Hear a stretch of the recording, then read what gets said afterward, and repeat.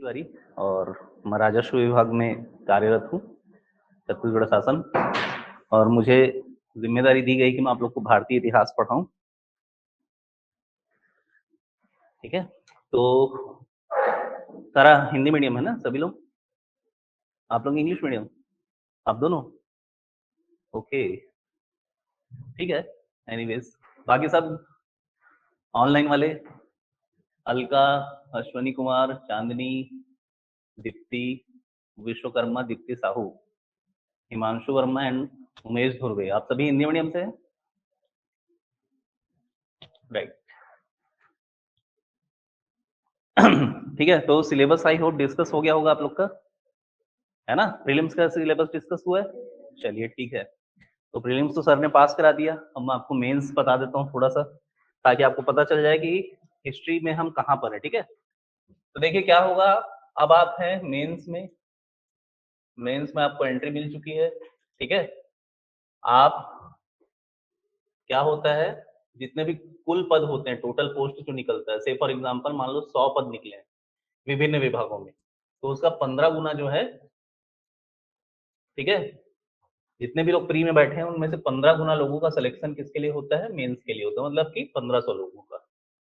ठीक है, मान लो 1.5 लाख 2 लाख लोग बैठे प्री में, तो उसमें से 15 गुना लोग, पोस्ट के 15 गुना लोग सेलेक्ट होंगे किसके लिए? मेंस के लिए, राइट।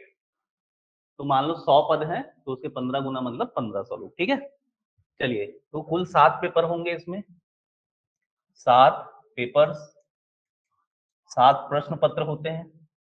ठीक है, और 7 प्रश्न पत्र में से एक प्रश्न पत्र का वेटेज जो है वो है 200 नंबर का। तो टोटल कितने नंबर का हो गया रिटर्न? 1400 नंबर का, प्लस साक्षात्कार होता है आपका 150 नंबर का, कितना हुआ? 1550। ठीक है, तो कुल 1550 में जो भी हाईएस्ट स्कोरर होंगे, है ना, उनको क्या मिलेगा? हाँ, मतलब इस 1400, सबसे पहले कहानी तो 1400 की है, तो 1400 में जो भी लोग मेरिट लिस्ट में आएंगे उनका साक्षात्कार हेतु चयन होगा। अब सवाल ये उठता है कि भाई मेंस से साक्षात्कार के लिए कितने गुना लोगों का चयन होगा? तो जितने भी पद हैं, कुल पद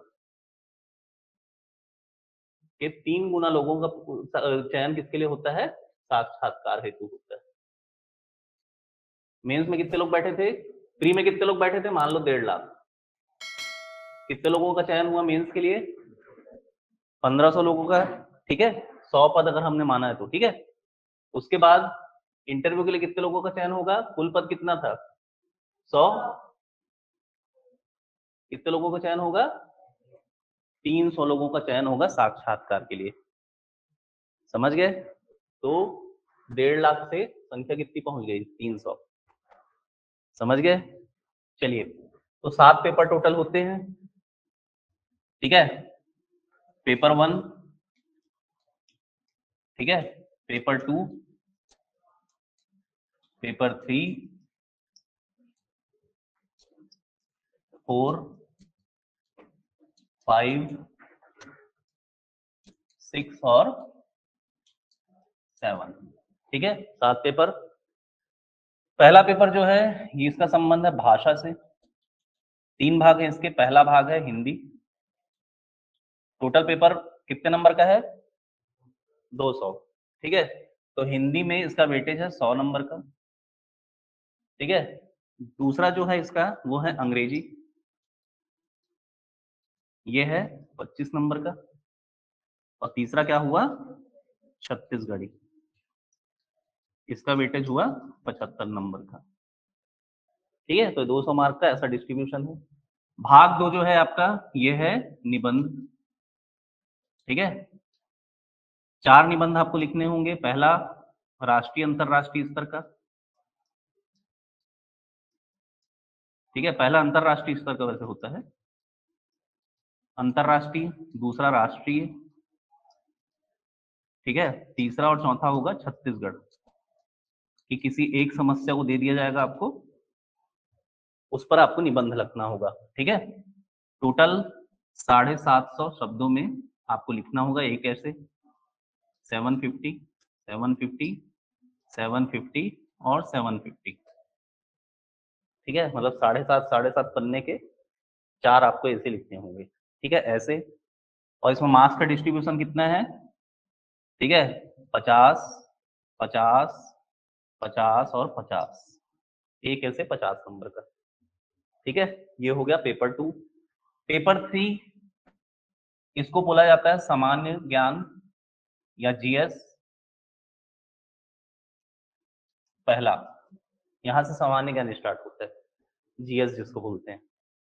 ठीक है, तो सामान्य ज्ञान में पेपर 3 में जो पहला भाग है वो है आपका भारतीय इतिहास। भारतीय इतिहास।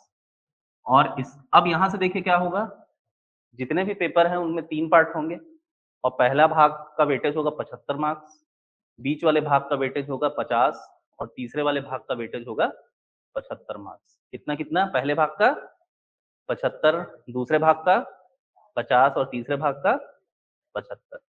अब सब जगह ऐसी डिस्ट्रीब्यूशन चलेगा। ठीक है, भारतीय इतिहास 75 मार्क्स। दूसरा आप पढ़ोगे संविधान एवं लोक प्रशासन। ठीक है, ये क्या हो गया? 50 मार्क्स का। और तीसरा आप पढ़ोगे छत्तीसगढ़ का इतिहास। छत्तीसगढ़ का इतिहास 75 मार्क्स। समझ गए? पेपर 4 की अगर हम बात करें तो ये होता है सामान्य ज्ञान भाग 2। ठीक है, पहला भाग इसमें होगा विज्ञान 10वीं स्तर का, फिजिक्स केमिस्ट्री बायोलॉजी। कितना वेटेज होगा इसका? 75 मार्क्स। ठीक है, दूसरा इसका भाग होगा गणित, जैसे स्कूलों में अपन बनाते थे गणित और रीजनिंग। ठीक है, क्या करते थे अपन, जैसा सॉल्व करके दिखाते थे, ठीक स्टेप बाय स्टेप इसमें सॉल्व करना है, स्टेप मार्किंग होती है। आंसर सही नहीं आया बट स्टेप आपका सही है तो आपको नंबर मिलेगा। ठीक है, तो इसका वेटेज कितना होगा? 50। Very good. ठीक है, और सबसे नीचे होता है आपका, ठीक है, तकनीकी ज्ञान एवं पर्यावरण, अप्लाइड साइंस या व्यावहारिक विज्ञान और पर्यावरण। कितना वेटेज होगा इसका? 75 मार्क्स का। ठीक है, चलिए नेक्स्ट है आपका पेपर 5 सामान्य ज्ञान। क्या होगा? भाग 3 होगा। इसमें सबसे पहला होगा भारत एवं छत्तीसगढ़ की अर्थव्यवस्था, इकोनॉमिक्स, है ना? भारत एवं छत्तीसगढ़ की अर्थव्यवस्था, राइट। कितना वेटेज होगा इसका? हाँ। दूसरा इसका भाग होगा भारत का भूगोल, जियोग्राफी ऑफ इंडिया। टोटल कितना वेटेज होगा इसका? 50। तीसरा होगा छत्तीसगढ़ का भूगोल। कितना वेटेज होगा इसका? 75, राइट। ठीक है, चाहे तो आप इसका फोटो खींच लें, क्योंकि ये आपको पता होना चाहिए एग्जाम का स्कीम। क्रिकेट खेलने उतरे और उनको पता ही नहीं कि एक ओवर में कितने बॉल होते हैं, एलबीडब्ल्यू क्या होता है। ज्यादातर बच्चों से यही गलती होती है, खेल का नियम ही नहीं पता होता उनको। ठीक है, चलिए तो इसका आप फोटो खींच लें, फिर पेपर 6 और 7 बताऊंगा आपको मैं। चलिए क्विक फास्ट। ठीक है, और इसको बकायदा आप लोग एक कॉपी में नोट करके रखना अच्छे से। ठीक है, ताकि कोई आपसे पीएससी के बारे में पूछे, सिलेबस के बारे में पूछे, तो आप बता सको कि भाई ये है पीएससी जिसकी हम तैयारी कर रहे हैं, ये है सिलेबस उसका। ठीक है, ज्यादातर बच्चों को पता ही नहीं होता और इसलिए वो अपनी रणनीति नहीं बना पाते। जब तक आपको सिलेबस पता नहीं होगा, जब तक आपको प्रीवियस ईयर क्वेश्चन पेपर का आइडिया नहीं होगा, तब तक आप रणनीति नहीं बना पाओगे। आप पेपर तो पढ़ोगे दैनिक भास्कर या जो भी, लेकिन आपको पता ही नहीं चलेगा कि कौन सा न्यूज हमारे लिए इंपॉर्टेंट है और कौन सा नहीं है, क्योंकि आपको सिलेबस ही नहीं पता। ठीक है, चलिए तो ये हो गया पेपर 5 तक, है ना। पेपर 6 और 7 आपको सेपरेट स्लाइड में बताता हूं मैं। ठीक है, प्रश्न पत्र 6, राइट। पहला भाग इसका ये है दर्शन शास्त्र, फिलॉसफी। क्या है ये? फिलॉसफी। ठीक है, इसमें 2 प्रकार के दर्शन आपको पढ़ने हैं, भारतीय एवं पाश्चात्य, ठीक है, इंडियन एंड वेस्टर्न फिलोसफीज आपको पढ़नी है। कितना वेटेज होगा इसका? 75 अगेन। दूसरा जो भाग होगा इसका ये होगा समाजशास्त्र, सोशियोलॉजी, सोशियोलॉजी। कितना वेटेज होगा इसका? तीसरा जो भाग होगा इसका वो होगा छत्तीसगढ़ का सांस्कृतिक परिदृश्य, सांस्कृतिक परिदृश्य, कल्चरल सिनेरियो ऑफ छत्तीसगढ़, जिसमें ट्राइब्स, यहाँ के खान पान, नाच गाना सब कुछ पढ़ेंगे आप, ठीक है। The cultural aspect of Chhattisgarh. कितना वेटेज होगा इसका? 75 मार्क्स, ठीक है, राइट।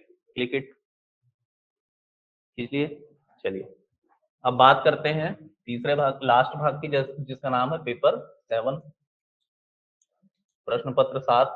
जीएस का कौन सा भाग होगा ये? GS part 5। आपका सामान्य ज्ञान 5 भागों में बटा हुआ है। सामान्य ज्ञान की कहानी कहां से चालू होगी? पेपर 3 से। Paper 3 GS part 1, paper 4 GS part 2, paper 5 GS part 3, paper 6 GS part और पेपर 7, ठीक है। सामान्य ज्ञान आपका 5 भागों में बटा हुआ है, ठीक है। तो इसमें देखिए पहला क्या पढ़ोगे आप? पहले भाग का वेटेज 75 है ना। इसमें क्या है? कानून, कानून की धाराएं पढ़नी है आपको, कुछ प्रचलित कानून। कौन कौन से? भारत में प्रचलित कानून और छत्तीसगढ़ में प्रचलित कानून, ठीक है। और छत्तीसगढ़ सरकार की योजनाएं,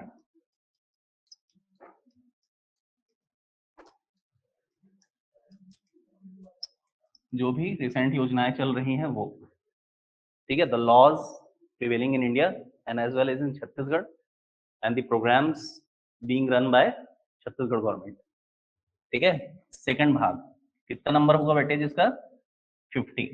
इसमें आपको क्या पढ़ना है?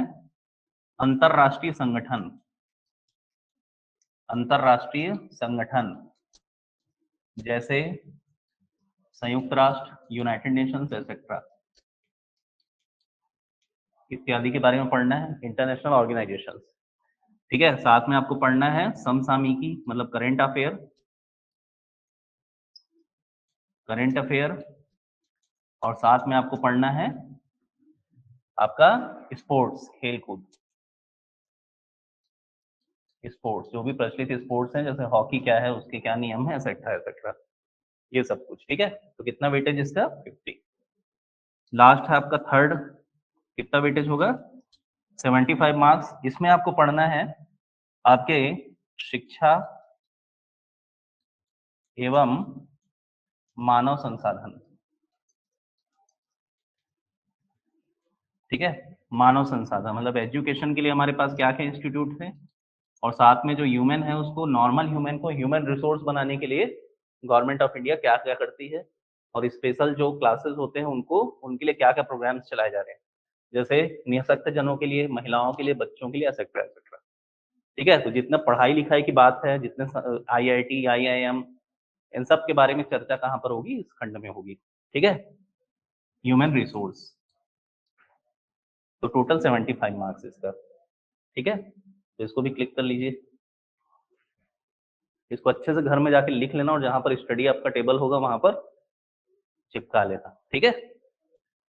चलिए, तो देखिए 4 दिन का एग्जाम होता है, जैसे 15 तारीख को एग्जाम है अभी मेंस का, आपको पता होगा। तो एक दिन में 2 पेपर होता है, ठीक है। जैसे 15 तारीख को क्या होगा?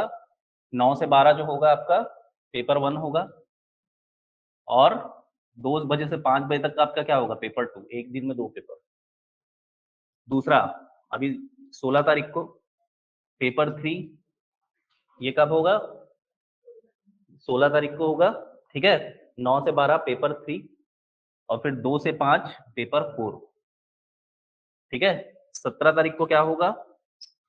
पेपर 5, 12 से 9 से 12, और फिर पेपर 6 आपका 2 बजे से 5 बजे तक, और फिर लास्ट दिन 18 तारीख को आप चैन की सांस ले सकते हो, क्योंकि एक ही पेपर होगा 9 से 12 पेपर 7। तो एक दिन में 2 पेपर होते हैं, ठीक है। चलिए, तो कठिन उनके लिए होता है जिनको कोई गाइडेंस मिला नहीं है, उनके पास प्रिसाइज नोट्स नहीं है, पढ़ने का तरीका नहीं मालूम, उनके लिए बहुत टफ है और रियली टफ है, ठीक है।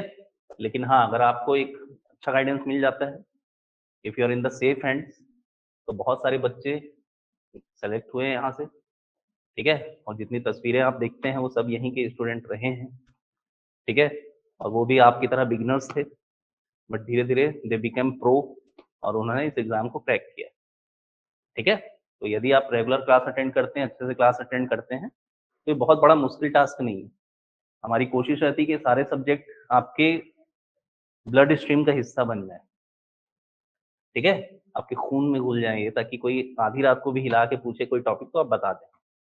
हमारी ये कोशिश रहती है, ठीक है। चलिए, तो एक गाइडेंस में पढ़ने का यही फायदा होता है। अब फिर से आ जाते हैं, मेरा जो पार्ट है वो क्या है आपका, भारत का इतिहास, ठीक है। ये मुझे डील करना है, ठीक है। हेडिंग डाल दीजिए पेपर 3 सामान्य ज्ञान 1 भाग 1।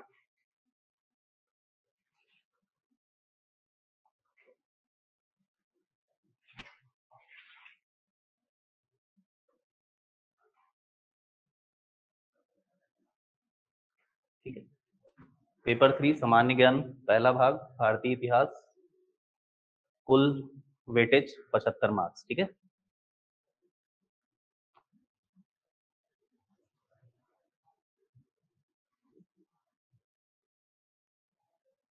चलिए, तो ये हमारा, मुझे ये जिम्मेदारी दी गई है, ठीक है। और इतिहास जो है ना, आप देखेंगे इसका पोजीशन लगभग बीच में है। तो इतिहास क्या होता है, यत्र तत्र सर्वत्र होता है। हर चीज की कहानी इतिहास से शुरू होती है। जैसे गणित में भी आप इतिहास पढ़ोगे, याद रखिएगा। गणित में आपका एक टॉपिक है भारत के भारत के प्रमुख गणितज्ञ, भारतीय गणितज्ञ, ठीक है। तो वहां भी इतिहास आप पढ़ोगे। हर टॉपिक का शुरुआत जो है आपके इतिहास से ही होगा। जैसे छत्तीसगढ़ी का एक इतिहास है, हिंदी का इतिहास है, ठीक है। निबंध में भी कहानी यही होती है कि इतिहास से चालू करो और वर्तमान पे जाके खत्म करो। तो इतिहास जो है वो एक ऐसा विषय है जो हर जगह समाया हुआ है। हर विषय के रूप में क्या है, हिस्ट्री है, ठीक है। तो इसलिए इसका रिलेवेंस ज्यादा है और काफी लंबा समय इसमें लगता है। लेकिन हिस्ट्री की समझ अगर आपको एक बार बन गई, इसमें होल्ड बन गया, तो बाकी जो सब्जेक्ट्स हैं आपके लिए फिर मुश्किल नहीं रह जाते, ठीक है। चलिए, तो इसी पर बात करेंगे, भारतीय इतिहास, इंडियन हिस्ट्री।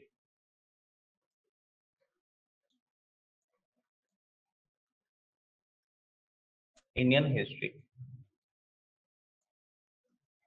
ठीक है। चलिए, तो सबसे पहले लिखेंगे सोर्स, स्रोत। भारतीय इतिहास को जानने के स्रोत क्या क्या है, हेडिंग डाल दीजिए स्रोत, सोर्स,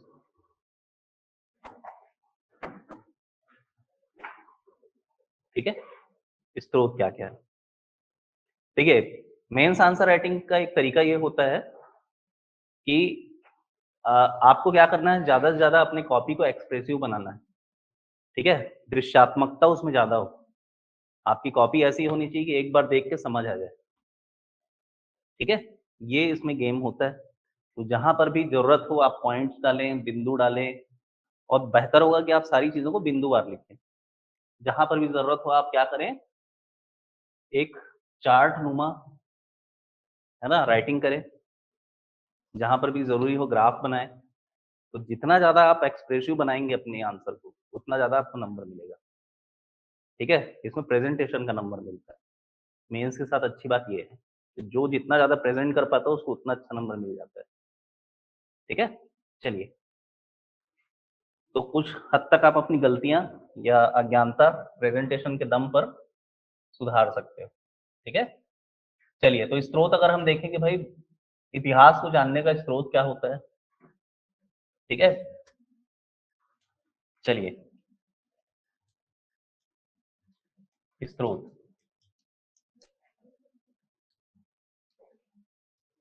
तो इसको हम 3 भाग में विभाजित करके देख सकते हैं। पहला है आपका साहित्यिक स्रोत, साहित्य, लिटरेचर, इंग्लिश वाले भी ऐसे ही लिखेंगे ना, मैं आपको बताता जाऊंगा। सोर्स में पहला क्या होगा आपका, literature,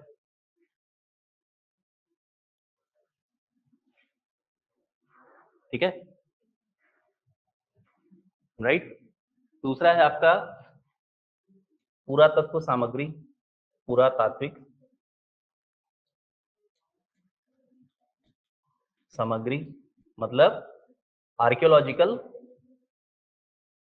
archaeological evidences, archaeological evidences, ठीक है। और इसके अलावा अन्य, दैट इज मिसलेनियस, ठीक। 3 भागों में हम पूरे स्रोत को बांट के देख सकते हैं, ठीक है। तो ये आपसे डायरेक्ट क्वेश्चन पूछा जा सकता है, ठीक है, 4 मार्क्स में क्वेश्चन आ सकता है कि भारतीय इतिहास को जानने के स्रोत बताइए। तो देखिए साहित्य में क्या है आपका, एक तो होगा आपका धार्मिक साहित्य, धार्मिक साहित्य, रिलीजियस लिटरेचर, रिलीजियस लिटरेचर, धार्मिक साहित्य, ठीक है। दूसरा होगा आपका लौकिक साहित्य, लौकिक साहित्य that is worldly literature, worldly literature, literature that explains about the worldly things, worldly literature, ठीक है। लौकिक साहित्य लोक से संबंधित, लोक जीवन से संबंधित, और वो धर्म से संबंधित है।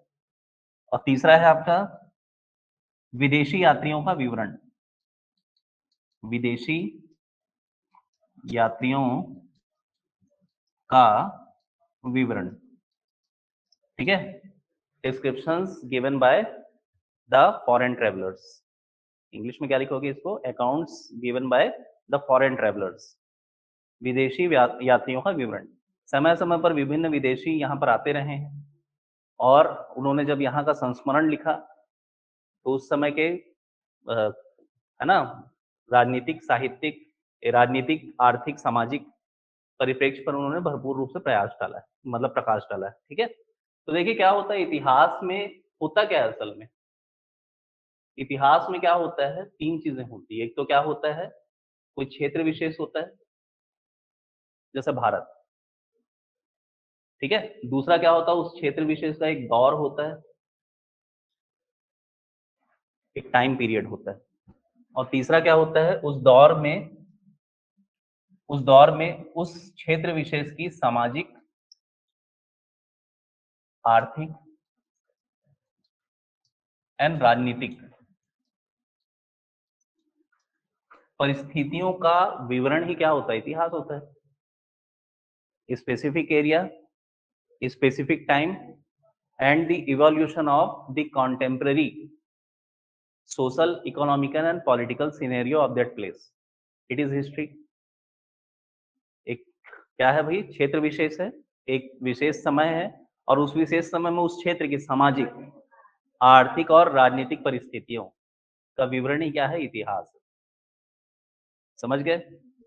तो उसी सामाजिक, आर्थिक, राजनीतिक विवरण को जानने के स्रोत क्या क्या, उन्हीं के बारे में बता रहा हूं आपको मैं। तो धार्मिक साहित्य है, लौकिक साहित्य है, विदेशी यात्रियों का विवरण है, ठीक है। चलिए पुरातात्विक सामग्री की अगर हम बात करें तो यहां पर देखिए क्या है, अभिलेख है, अभिलेख, इंस्क्रिप्शंस, अभिलेख बोले तो इंस्क्रिप्शंस, ठीक है। अब इंस्क्रिप्शंस में क्या क्या है भैया आपका, ताम्रपत्र अभिलेख, ताम्रपत्र अभिलेख मतलब कॉपर प्लेट, ताम्रपत्र अभिलेख। दूसरा क्या है आपका, शिलालेख, स्टोन इंस्क्रिप्शन, स्टोन इंस्क्रिप्शन, शिलालेख। इसके अलावा स्तंभ लेख, अशोक के समय आप देखोगे स्तंभ लेख, that is pillar inscription, pillar inscriptions, ठीक है। इसके अलावा क्या है, जैसे दस्तावेज हो गए, दस्तावेज, ठीक है। मतलब जैसे मुगल्स वगैरह के टाइम में आप देखोगे आपको बहुत सारी इबारतें दिखाई देंगी पन्नों पे, ठीक है। मीन्स गजेटियर्स, दस्तावेज मतलब क्या हुआ आपका डॉक्यूमेंट्स, ये सब अभिलेख हो गए, ठीक है। इसके अलावा अगर हम देखें तो विभिन्न प्रकार की मूर्तियां, आइडल्स, मूर्तियां, आइडल्स, मूर्तियां, ठीक है। इसके अलावा अगर हम देखें तो टूल्स, टूल्स मतलब औजार, औजार है ना। प्रारंभिक रूप से पाषाण काल जब हम देखेंगे, स्टोन एज जब देखेंगे तो वहां पर हमको टूल्स ही दिखाई देंगे सिर्फ, ठीक है, और उसी के आधार पर हम उनके बारे में थोड़ा सा आकलन कर पाएंगे, ठीक है। देखिए इतिहास में क्या होता है, कल्पनाओं का बहुत बड़ा योगदान होता है। कई बार सिर्फ आपके पास पुरातात्विक साक्ष्य होता है और उसके आधार पर आपको इन्फ्लुएंसेस लगाने होते हैं, अनुमान लगाना होता है कि ऐसा हुआ होगा। इतिहास का मतलब ही होता है कि कुछ ना कुछ छुपा रहे हमेशा। अगर सब कुछ खुल के सामने आ जाए तो फिर काहे का इतिहास। तो इतिहास में आप देखोगे कि एक टाइमलाइन चल रहा है, सपोज बीच में हो सकता है 1500 साल का इतिहास गायब हो, डार्क फेज बोलते हैं उसको। उस समय का कोई अता पता नहीं चलता, और क्योंकि उस समय का अता पता नहीं है इसलिए इतिहास विभाग जिंदा है, इसलिए इतिहास को पढ़ने वाले और पढ़ाने वाले हैं, रिसर्च करने वाले हैं। मान लो ये भी पता चल जाए तो क्या हो जाएगा, फिर इतिहास विभाग को बंद करना पड़ेगा, है ना भाई। किसी भी विभाग का, किसी भी डिपार्टमेंट का कब तक स्कोप रहता है, जब तक उसमें कुछ जानना समझना बाकी हो। सब कुछ जान गए और समझ गए उसके बाद क्या होता है, let it be shut down, है ना। तो इतिहास में आप देखोगे कि मिसिंग लिंक्स होती हैं, ठीक है। तो समझ गए, ये सब पुरातात्विक सामग्रियां हैं, टूल्स मतलब औजार, है ना, उपकरण। इसके अलावा अन्य की अगर हम बात करें, ठीक है। अच्छा इसमें ये भी लिख लीजिए, पुरातात्विक सामग्री में जो सबसे महत्वपूर्ण चीज है, सिक्के। हाँ सिक्के हो गए, आभूषण हो गए, सिक्के, क्वाइंस, मुद्राएं, लिख लीजिए मुद्राएं, सील्स, SEALS, सील्स, मुद्राएं, मुद्राएं, ठीक है। सील जानते हो ना क्या होता है, सील जानते हो क्या होता है, जैसे किसी सरकारी ऑफिस में गए, साइन करने के बाद नीचे जो ठप्पा मारा जाता है उसको सील बोलते हैं, मुद्रा, ठीक है। तो ये पुरातात्विक सामग्रियां हैं, और भी इसमें सारी चीजें ऐड हो सकती है, बट कॉमनली अपन इसके बारे में इतना ही लिख सकते हैं। देन मिसलेनियस, अन्य जो चीजें हैं, अन्य में क्या आएगा, जिनके सहारे हम थोड़ा सा इतिहास को जान पाते हैं। तो इसमें लिख लीजिए C14 टेक्निक, C14 तकनीक, C14 टेक्निक, तकनीक है ना। इसकी इसकी सहायता से हम क्या करते हैं, किसी भी पुरातात्विक सामग्री की आयु जान पाते हैं कि भाई वो कितना है पुराना, कितना पुराना। C14, ठीक है। C मतलब कार्बन एंड 14 मतलब उसका समस्थानिक जो 14वें क्रमांक में आता है आवर्त सारणी में, ठीक है। C14 टेक्निक, ठीक है, कार्बन का एक समस्थानिक, ठीक है। चलिए, राइट। ठीक है, तो ये सारी चीजें क्या होती हैं, इतिहास के स्रोत बनते हैं। इसमें अब थोड़ा सा हमको और लिखना पड़ेगा कि धार्मिक साहित्य में क्या क्या, ठीक है। तो आप थोड़ा सा इसको और इलोबरेट करेंगे नीचे, ठीक है।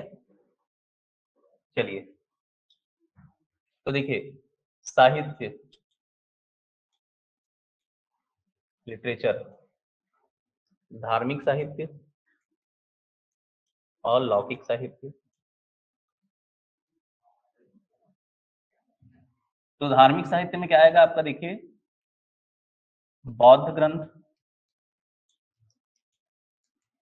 बुद्धिस्ट टेक्स्ट, बुद्धिस्ट टेक्स्ट, बौद्ध ग्रंथ। दूसरा आपका आएगा जैन ग्रंथ, जैन साहित्य जिसको क्या बोला जाता है, आगम, जैन लिटरेचर, उसको बोला जाता है सम्मिलित रूप से कंबाइंडली आगम, जैन लिटरेचर, ठीक है। इसके बाद वेद, ठीक है, आरण्यक, ठीक है, आरण्यक। नेक्स्ट है आपका उपनिषद, दैट इज वेदांत, इसको ऐसे लिखना पड़ेगा आपको, पुराण। ये सब किस में आएंगे आपके, this all are religious literatures, ठीक है। वेद, आरण्यक, उपनिषद, पुराण, ये सब क्लियर हो गया। चलिए, तो ये जितने भी हैं रिलीजियस लिटरेचर्स हैं। लौकिक की अगर हम बात करें, ठीक है, जिनका संबंध किससे था, लोक जीवन से था, राइट, जो एक तरीके से समाज को दिशा देने के लिए लिखे गए थे, ठीक है, उनको बोला जाता है लौकिक साहित्य, राइट। जैसे क्या था आपका, रामायण, महाभारत,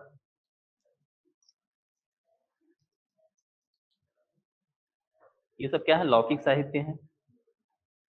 ये महाकाव्य थे, एपिक्स थे, जिनका जिसमें क्या है, भगवानों को एक तरीके से, है ना, दुनियावी व्यक्तियों के रूप में प्रस्तुत किया गया है। जैसे राजा राम है तो भाई उनको एक पति के रूप में, एक पिता के रूप में दिखाया गया है। कृष्ण जो है उनको एक मतलब समझ लीजिए योद्धा के रूप में भी दिखाया गया, एक ग्वाले के रूप में भी दिखाया गया, ठीक है। तो इनका उद्देश्य था कि उनके जीवन से समाज एक प्रेरणा ले, कि भाई एक मर्यादा पुरुषोत्तम मतलब क्या होता है, मर्यादाएं क्या होती है, ठीक है, कर्तव्य क्या होता है, ये कृष्ण के जीवन से सीखो आप। मर्यादाएं क्या होती हैं, वो राम के जीवन से सीखो आप। संघर्ष क्या होता है, दोनों के जीवन से सीखो आप, ठीक है। तो ये सारी चीजें लौकिक साहित्य की विषय वस्तु है। नेक्स्ट है आपका विदेशी यात्रियों का विवरण। विदेशी यात्रियों का विवरण, ठीक है, इसमें एक दो उदाहरण आप लिख सकते हो। जैसे क्या है आपका, किताब उल हिंद, किताब उल हिंद, ठीक है। इसके अलावा सीयू की,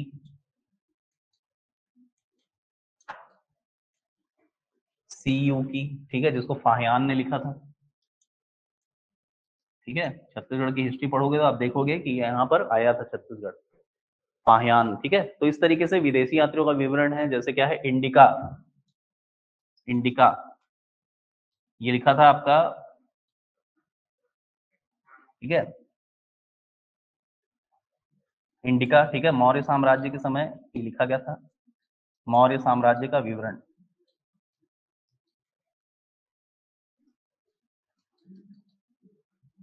ठीक है, राइट। तो ये सब क्या है आपका, इस तरीके से विदेशी यात्रियों के विवरण आपको मिलेंगे इतिहास में या प्रतत्व, ठीक है।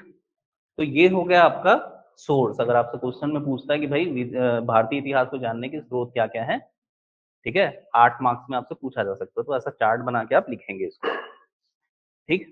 चलिए, अब बात करते हैं, एक क्वेश्चन ये भी पूछा जा सकता है आपसे कि भाई इतिहास का विभाजन, ठीक है, किन आधारों पर और किस प्रकार किया जाता है,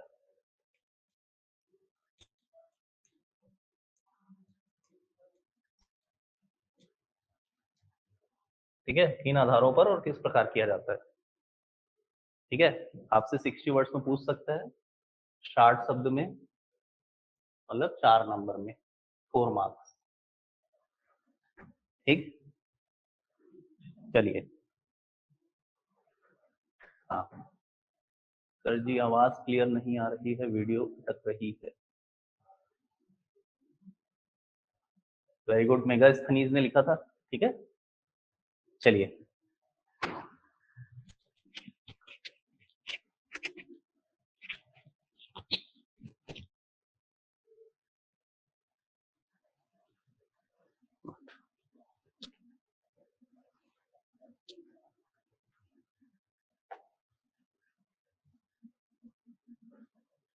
हाँ भाई,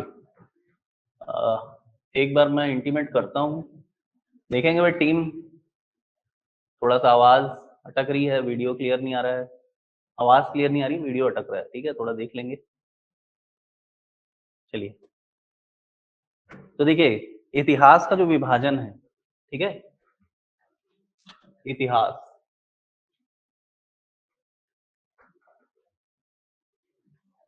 ठीक है। तो देखिए सबसे पहले तो आपको ये ध्यान रखना है कि हमारा जो इतिहास है उसको गढ़ा है अंग्रेजों ने।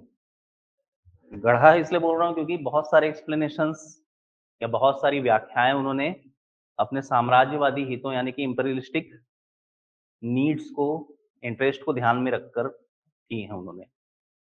ठीक है, क्योंकि समाज का विभाजित होना ही उनके लिए फायदेमंद था। डिवाइड एंड रूल पॉलिसी आप जानते हैं। ठीक है, तो अंग्रेजों ने क्या किया यहाँ पर, जब वो यहाँ पर आए और अपने साम्राज्य को जब उनको स्थापित करना था, तो उन्होंने बड़ी ही विशद, बहुत ही विशद अध्ययन किया यहाँ के इतिहास का। ठीक है, बहुत ही एक्सटेंसिव उन्होंने यहाँ के इतिहास को खंगाला। ठीक है, क्योंकि भाई जब आप किसी के पास्ट से परिचित हो जाते हो, जब आप किसी का पास्ट जान जाते हो ना, तो आपको उसका प्रेजेंट शेप करने में और उसका फ्यूचर शेप करने में आपको दिक्कत नहीं होती। ठीक है, क्योंकि हिस्ट्री जो है वो हमको बताता है कि भाई कोई भी जो सोसाइटी है ना, वो किन नियमों कानूनों से बंधी हुई, कौन से ऐसे नियम और कानून हैं जो उस पूरे की पूरी सोसाइटी को संचालित कर रहे हैं, कंडक्ट कर रहे हैं, उस सोसाइटी का मॉरल्स क्या है। ठीक है, कौन सी चीजें ऐसी है जो उनको प्रेरित करती, कौन सी ऐसी चीजें जो उनको डराती हैं। ठीक है, तो जब आपकी कोई कमजोरी और ताकतों के बारे में जान जाता है, तो फिर आपके ऊपर शासन करना आसान होता है। और मैं आपकी कमजोरी और ताकत कब जान सकता हूँ, जब मुझे आपका पास्ट पता हो। तो अंग्रेजों ने क्या किया यहाँ पर, बहुत ही तरीके से यहाँ के इतिहास को खंगाला, अध्ययन किया। ठीक है, उसके लिए बाकायदा उन्होंने एक भारतीय पुरातत्व सर्वेक्षण विभाग बनाया 1861 में, archaeological survey of India. Important question है, लिख लीजिए। ठीक है, भारतीय पुरातत्व सर्वेक्षण विभाग की स्थापना की थी अंग्रेजों ने।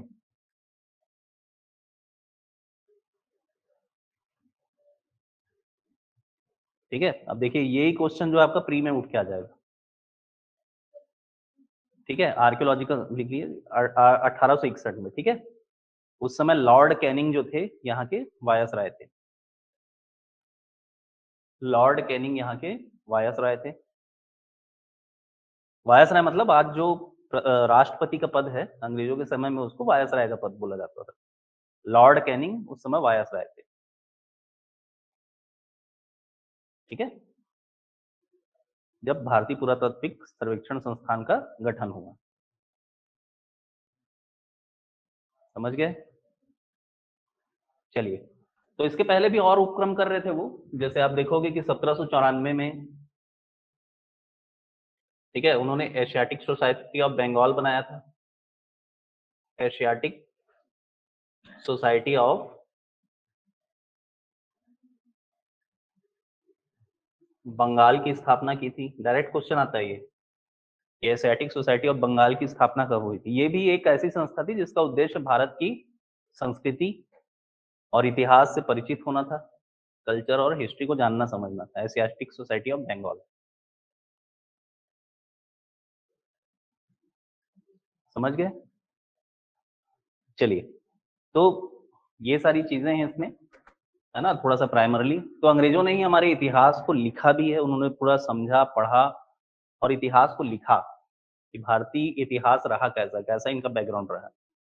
ठीक है, हर विषय पे उन्होंने खोज की, चाहे भाषा की बात हो, चाहे आदिवासियों का जीवन हो, पूरा मतलब भारत को उन्होंने बहुत अच्छे से समझा।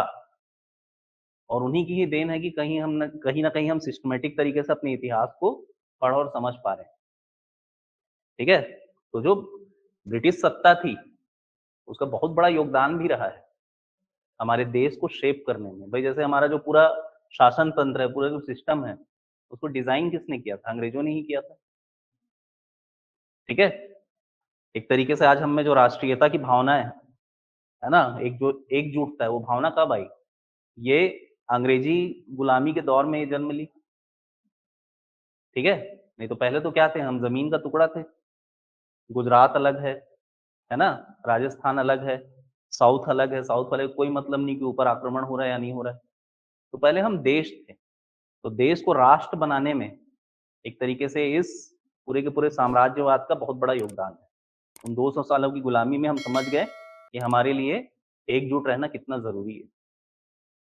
ठीक है, तो कुछ मायनों में जो अंग्रेजी हुकूमत था वो हमारे लिए फ्रूटफुल भी था।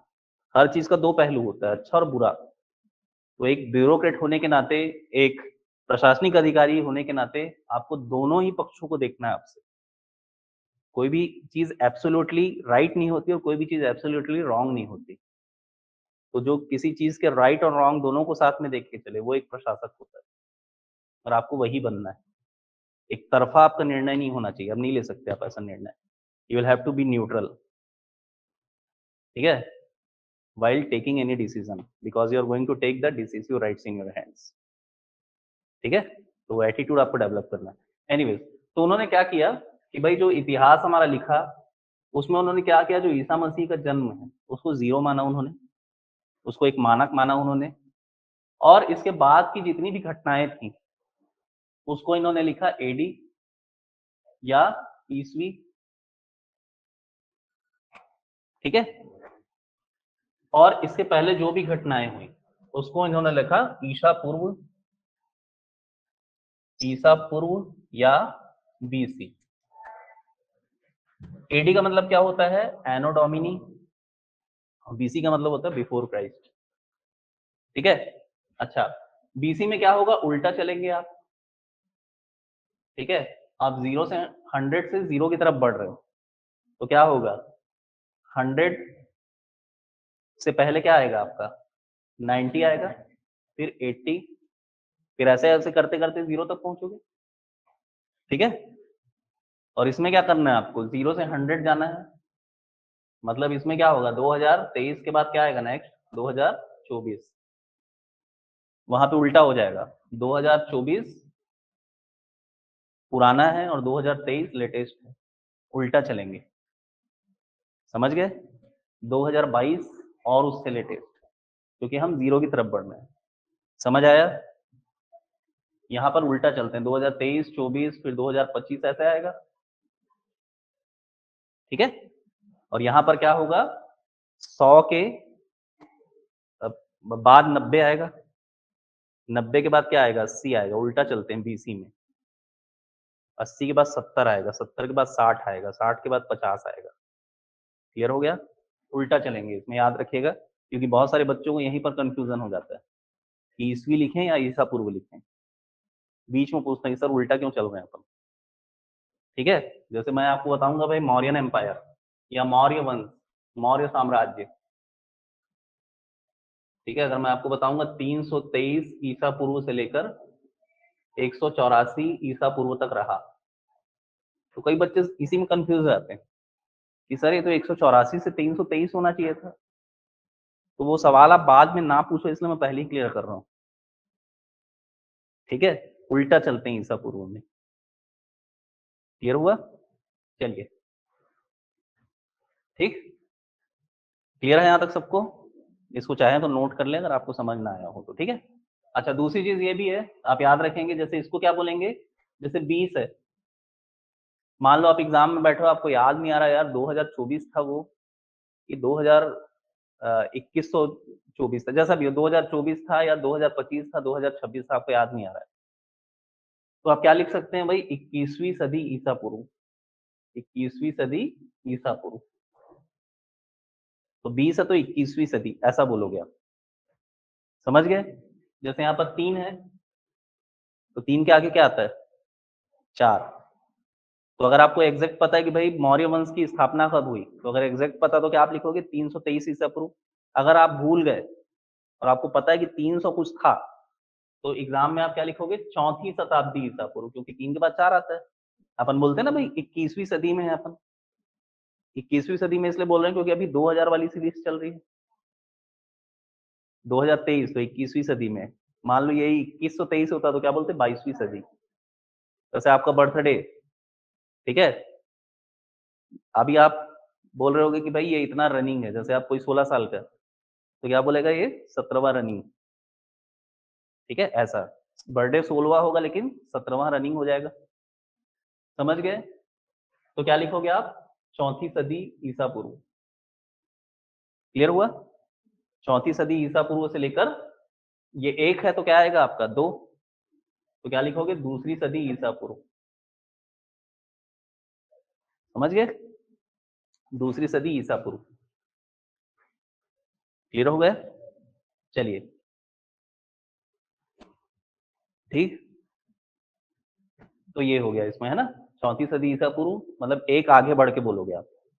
पहले पहले इसको देखो और उससे फिर आगे चलो। क्लियर हो गया? चलिए, ठीक है, इतनी कहानी समझ आ गई। चलिए अब आगे चलते हैं। ठीक है, तो सवाल ये उठता है कि भाई इतिहास को हम कैसे और कितने भागों में बांटते हैं। तो देखिए, सबसे पहला जो क्वेश्चन हमसे पूछ रहा है वो क्या बोल रहा है, किस आधार पे बांटते हैं। सबसे पहला क्या पूछ रहा है हमसे कि किस आधार पे बांटते हैं। तो इतिहास विभाजन का दो आधार है।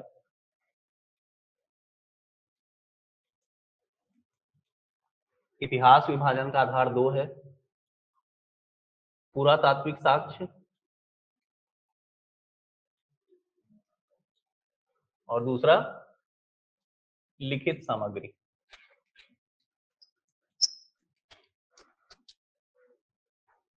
लिखित सामग्री, ठीक है, पुरातात्विक साक्ष्य और लिखित सामग्री, राइट। तो इतिहास के कालखंड में आप तीन अवस्थाएं देखोगे। एक तो ऐसी अवस्था जिसमें सिर्फ और सिर्फ पुरातात्विक साक्ष्य है, लिखित सामग्री कुछ भी नहीं, सिर्फ और सिर्फ पुरातात्विक साक्ष्य है, और उसकी बिना पर आपको समझना है कि उस समय का सामाजिक परिदृश्य क्या रहा होगा, आर्थिक राजनीतिक परिदृश्य क्या रहा होगा, यदि है तो। जरूरी नहीं कि किसी कालखंड में तीनों ही आयाम हमको मिले, ठीक है, क्योंकि शुरुआत में तो राजनीति तो रहेगी नहीं, अर्थव्यवस्था तो रहेगी नहीं, ठीक है, सिर्फ इंसान रहेगा, वो भी आदि मानव के रूप में रहेगा। पत्थर रहेंगे, उसके पास सिर्फ पत्थरों से आग जलाना सीखेगा, धीरे धीरे वो आदि मानव से एक सामाजिक मानव की तरफ बढ़ेगा। तो उस दौर का पूरा जो इतिहास है जिसमें सिर्फ और सिर्फ पुरातात्विक साक्ष्य, लिखित सामग्री नहीं, उसको बोला जाता है आपका प्राग ऐतिहासिक काल। प्राग ऐतिहासिक काल, इंग्लिश में इसको बोलते हैं pre historic period. Pre historic period, pre historic period. और ये इतिहास जो है हमारा, उसमें 5 लाख ईसा पूर्व से लेके 5 लाख ईसा पूर्व से लेके 2500 ईसा पूर्व तक का जो इतिहास है वो क्या है, प्रागैतिहासिक काल का इतिहास है। और इसी को बोला जाता है पाषाण काल। पाषाण काल, ठीक है, स्टोन एज। और ये पूरी कहानी है इंसान के आदि मानव से लेके एक सामाजिक मानव बनने की कहानी है पूरी। इसको इलोबोरेटेड करेंगे हम, इत्मीनान से पढ़ेंगे इसको, ठीक है, क्योंकि अभी इसमें से भी काफी क्वेश्चन आ रहे हैं। तो ये हो गया पहला पहला भाग इतिहास का। 5 लाख ईसा पूर्व से लेकर 2500 ईसा पूर्व तक का जो इतिहास है उसको जानने के लिए केवल हमारे पास पुरातात्विक साक्ष्य है, आर्कियोलॉजिकल एविडेंसेस है, and we are not having any sort of written stuffs for it, right. चलिए, तो ये हो गया प्रागैतिहासिक काल। नेक्स्ट,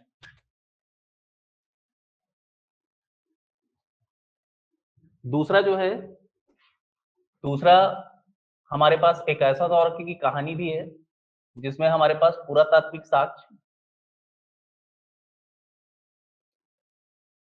और लिखित सामग्री दोनों है।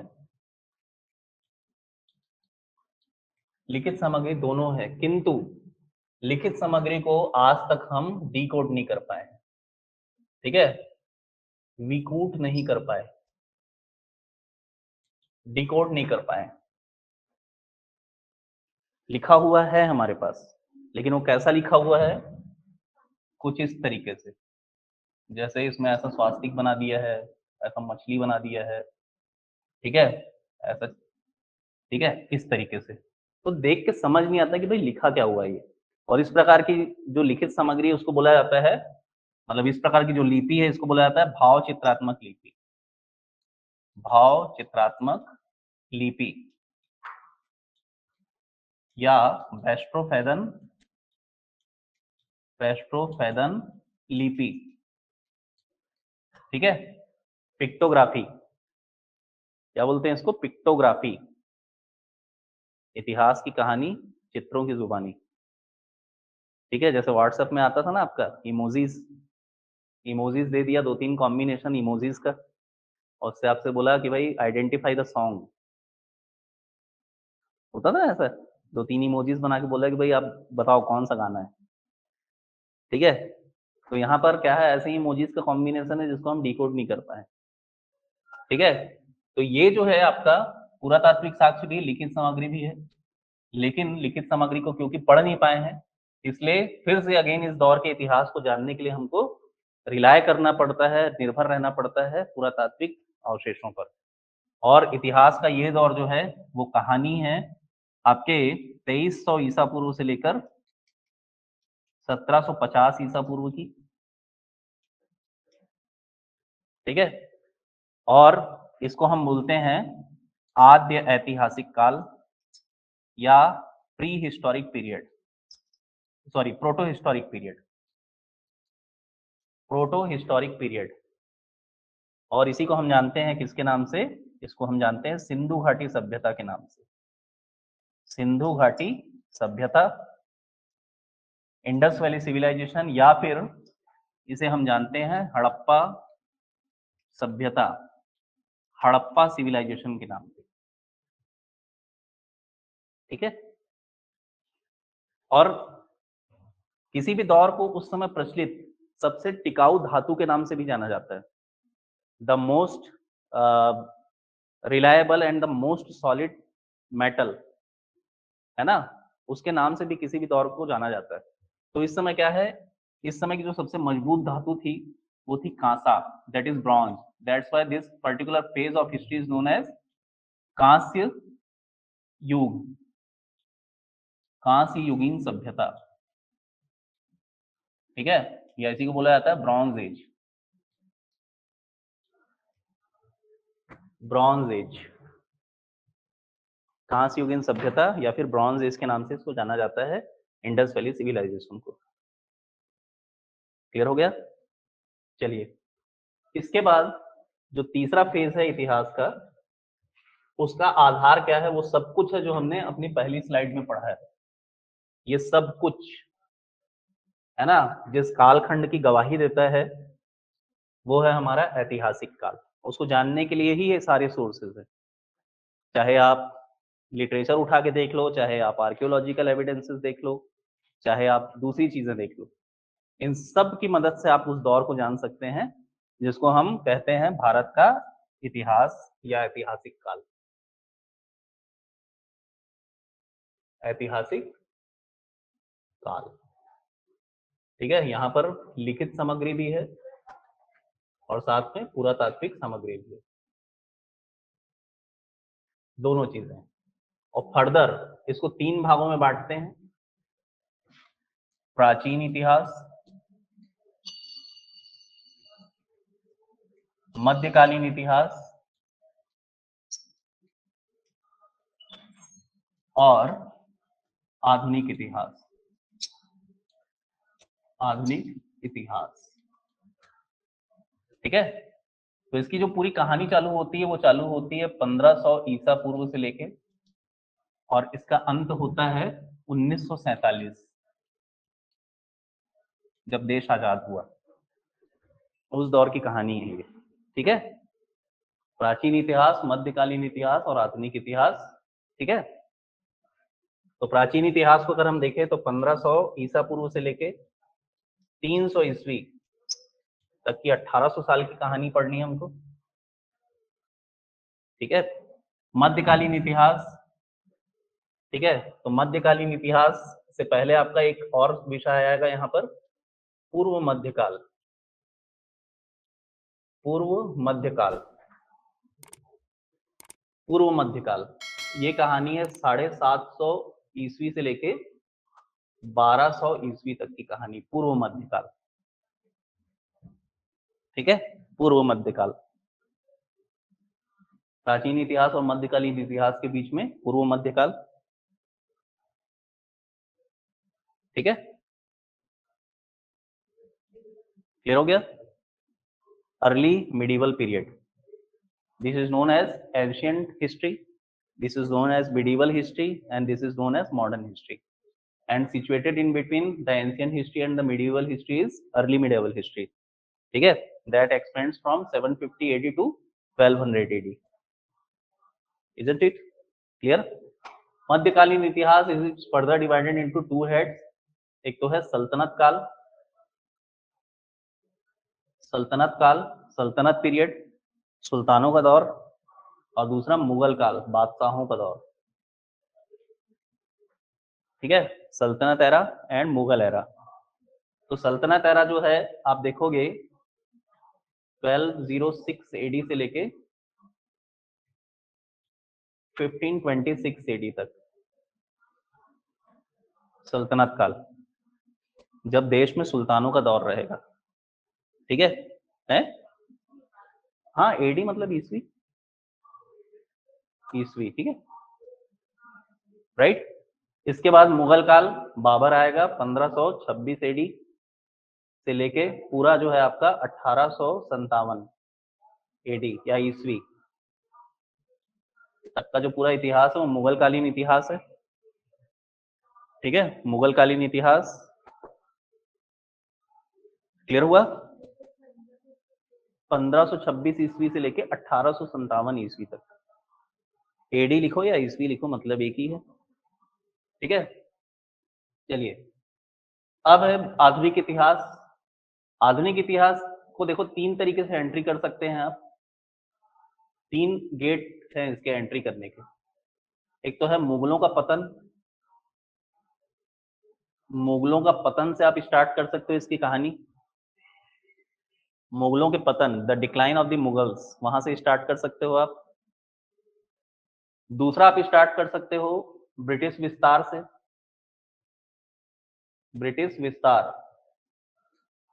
The expansion of the Britishers, British विस्तार, the expansion of the Britishers. ठीक है, और तीसरा जो है आपका विदेशी कंपनियों का आगमन, विदेशी कंपनियों का आगमन, the advent of the foreign companies, जिसमें सबसे पहले आएंगे पोर्टुगीज। तो तीन तरीके से आप इस डोमेन में एंट्री कर सकते हो, या तो आप विदेशी कंपनियों का आगमन पढ़ लो, या सीधा ब्रिटिश विस्तार पढ़ो, या फिर सीधा मुगलों का पतन से स्टार्ट करो कहानी, वाट एवर इट मे बी। ठीक है, तो जैसा चाहो आप इसको कर सकते हो, तीन एंट्री गेट्स यहाँ पर मिलेंगे आपको, राइट। तो ये पूरा कच्चा चिट्ठा है आपके सामने हिस्ट्री का, कि हमको कैसे पढ़ना है वन बाय वन।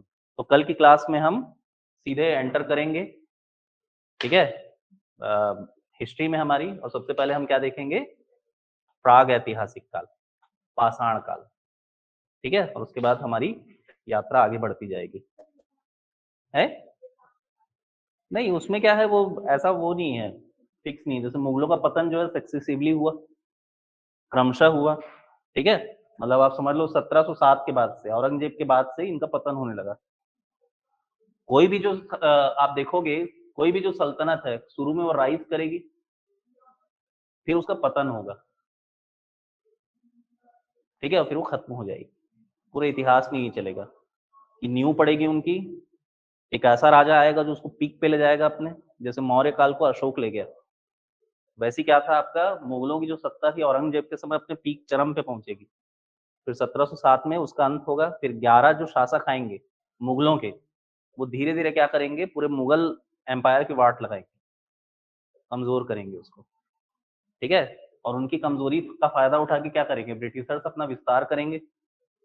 ये कमजोर पड़े तो ये विस्तार करेंगे अपना, सीधी सी बात है, एक्सपेंशन करेंगे। तो ये भी सनय सनय होगा 1707 के बाद। फिर सबसे बड़ा इनके हाथ में अचीवमेंट आएगा जब ये सिराजुद्दौला को हराएंगे 1757 में, है ना। वहां से इनके फिर रास्ते खुल जाएंगे, बल्ले बल्ले हो जाएंगे इनके, क्योंकि खजाना इनके हाथ लग जाएगा बंगाल का। और उसके बाद तो फिर जो इनके चिर प्रतिद्वंदी थे फ्रांसीसी, उनको हराएंगे, और उनको हराने के बाद तो फिर धीरे धीरे पूरे देश में कब्जा कर लेंगे। विदेशी कंपनियों का आगमन, ठीक है, तो 1498 से स्टार्ट हो जाएगा ये। पुर्तगाली सबसे पहले आएंगे, और उसके बाद ईस्ट इंडिया कंपनी कैसे आई उसकी पूरी कहानी है, कैसे पुर्तगालियों को उन्होंने हराया, फिर कैसे वो एकमात्र व्यापारिक सत्ता बन गई यहाँ पर, किस प्रकार से अंग्रेजों को चुनौती देते थे फ्रांसीसी, उनके बारे में पढ़ोगे आप। ठीक है, तो काफी इंटरेस्टिंग है हिस्ट्री। अगर आप डेली क्लास अटेंड करते हो और सारी चीजों को अच्छे से समझते हो, तो आपको मैं यकीन दिलाना चाहता हूँ कि आपका हिस्ट्री से ज्यादा फेवरेट सब्जेक्ट फिर कुछ और नहीं रहेगा, क्योंकि इसमें इतना मजा है इसको पढ़ने में। ठीक है, कहानी की तरह एब्जॉर्ब होता चला जाएगा, आपको पता भी नहीं चलेगा। और एग्जाम के टाइम में सारे सब्जेक्ट्स को पढ़ के नहीं जाया जाता है। आप सोचोगे कि आज रात में कल मैं 6 सब्जेक्ट पढ़ के चला जाऊं, तो ऐसा नहीं होता। आपको सिर्फ और सिर्फ क्या पढ़ना रहता है, थोड़ा बहुत जो है ऑब्जेक्टिव क्वेश्चंस, वही पढ़ के आप दूसरे दिन मेंस का आंसर लिखते हो।